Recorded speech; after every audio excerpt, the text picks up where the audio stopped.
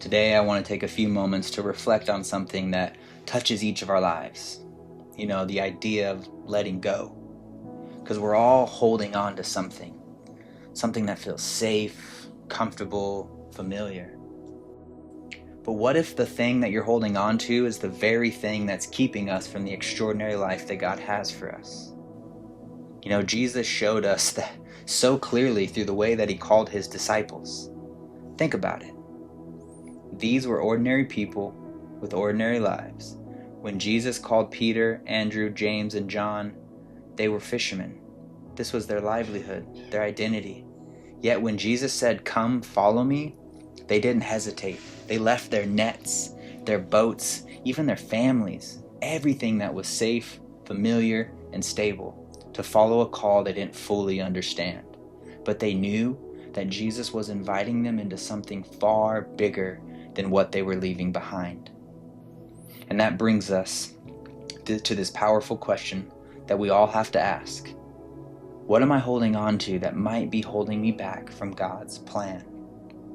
Because that question reminds me of a moment when my son Caleb had this silly little rock. He found it. It was small, an ordinary rock, but to him, it was like a treasure.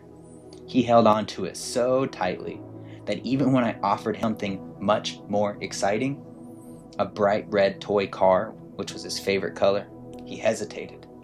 He couldn't let go of what he was familiar with, what he had convinced himself was worth holding on to. And I think we're all a bit like Caleb, aren't we? We cling to what we know, relationships, routines, maybe even our worries, because they feel safe. But what if God is calling us to let go so that he can give us something better? The disciples' choice to follow Jesus reminds us that letting go isn't about sacrifice, it's about trust. They didn't know where Jesus was leading them, but they trusted that he saw something greater. And that's the kind of faith God calls us to. Proverbs 3:5-6 says, "Trust in the Lord with all your heart, and lean not on your own understanding. In all your ways submit to him, and he will make your path straight."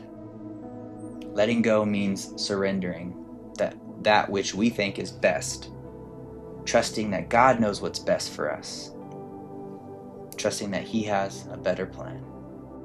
Letting go is also about acknowledging our weaknesses and allowing God to work through them. Because in 2 Corinthians 12:9, Paul shares this powerful reminder. "My grace is all you need. My power works best in weaknesses." You see, God isn't looking for us to be perfect. He's not asking us to have all the answers. He's looking for us to be willing to let go of what we're holding on to, willing to take that first step, even if we don't see the whole path ahead. Because in our weaknesses, his strength shines through. Maybe today you feel like Matthew, the tax collector, who felt like an outcast, someone who had made mistakes and didn't feel worthy of a calling. But remember, Jesus didn't come for the perfect. He came for those who knew they needed him. Matthew left his wealth and status to follow Jesus, despite knowing that people looked down on him. And yet, Jesus used him. That's the beautiful thing. The more we trust Jesus, the more he uses even our weaknesses for his purpose. So here's my challenge. What's the rock that you're holding on to? Maybe it's fear of change, doubt in your abilities, or even a painful memory that's hard for you to let go of. Whatever it is, take a moment and surrender it to God. Trust that he's calling you to something greater, something more fulfilling than anything you could imagine on your own. Because in the end, letting go isn't about loss, it's about gain. It's about stepping out of a safe zone and into a place where God can work in us and through us in ways we never expected. It's about trusting that what God has ahead for us is far greater than what he's calling us to leave behind. Thank you for joining me today. I hope this reflection encourages you to pause, to pray, and ask God, what are you calling me to? Remember, God has an incredible purpose for you, and it starts with the willingness to let go and trust Him with everything.